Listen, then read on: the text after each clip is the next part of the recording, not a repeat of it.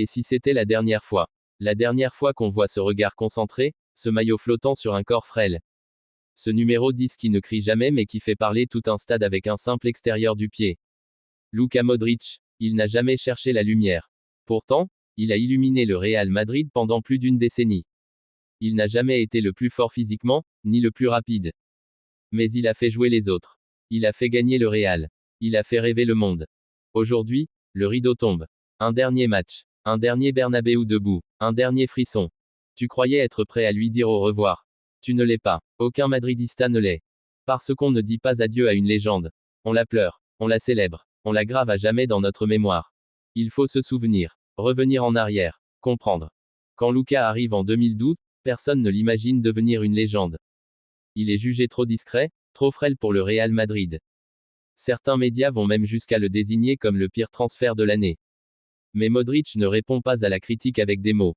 Il répond avec le ballon. Avec des contrôles orientés, des passes dans des angles impossibles, des courses invisibles mais décisives. Match après match, il impose son style, un football intelligent, pur, élégant. Il va disputer 531 matchs sous le maillot madrilène. Marqué 39 buts, délivré 77 passes décisives. Mais au-delà des chiffres, il incarne un tempo, une régularité, une excellence rare. Son pourcentage moyen de passes réussies sur l'ensemble de sa carrière au Real. 87%. Presque chirurgical. Chaque saison, il gravira un peu plus la légende. De la fameuse passe contre Manchester United en 2013, à la décima de 2014. De la domination absolue entre 2016 et 2018, à son ballon d'or en 2018. Jusqu'à sa performance surnaturelle contre Chelsea en 2022, à 36 ans. Avec cette passe de l'extérieur du pied pour Rodrigo qui a marqué à jamais l'histoire. Les légendes du club parlent de lui avec une admiration silencieuse. Zidane dit qu'il est né pour jouer au Real. Ancelotti le surnomme le moteur silencieux de notre machine. Toni Kroos, son frère de terrain, disait qu'il n'avait pas besoin de parler. Le ballon suffisait. Et les fans, ils ne criaient pas forcément son nom comme ils le faisaient pour Cristiano. Mais ils savaient que tant que Luka était là, il ne pouvait rien arriver de grave. Luka, c'est aussi une armoire pleine de trophées. 6 Ligues des Champions. 4 Ligas. 2 Coupes du Roi. 5 Supercoupes d'Espagne. 5 Supercoupes d'Europe. 5 Coupes du Monde des clubs.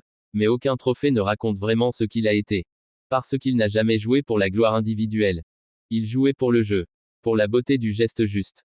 Pour l'équilibre du collectif. Et puis un jour, les mots sont tombés.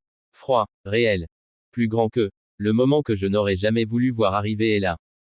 Modric l'a annoncé, c'est la fin. Un dernier match au Santiago Bernabéu. Un dernier regard vers les tribunes. Un dernier chant. Avec son départ, c'est tout un cycle qui s'achève. Le dernier survivant du trio mythique Casemiro, Kroos, Modric quitte le navire. Ce trio qui a dominé l'Europe, qui a fait plier tous les milieux de terrain adverses. Qui a imposé sa loi sans jamais hausser la voix. Alors, qui après lui? Camavinga, il a l'intensité. Valverde, la puissance. Bellingham, le talent brut. Mais Luka, était une langue à part entière. Une forme de poésie que seuls les amoureux du ballon comprenaient. Un football qui se ressentait plus qu'il ne s'analysait. Et puis viendra le temps des souvenirs. Un enfant demandera un jour. Papa, c'était qui Luka Modric? Et on lui dira. C'était un poète. Un roi sans cri. Un artiste discret qui a écrit ses vers avec un ballon. Car en plus de tout ce qu'il a offert au Real, il faut se souvenir de l'homme. De celui qui a porté plus de 870 matchs professionnels.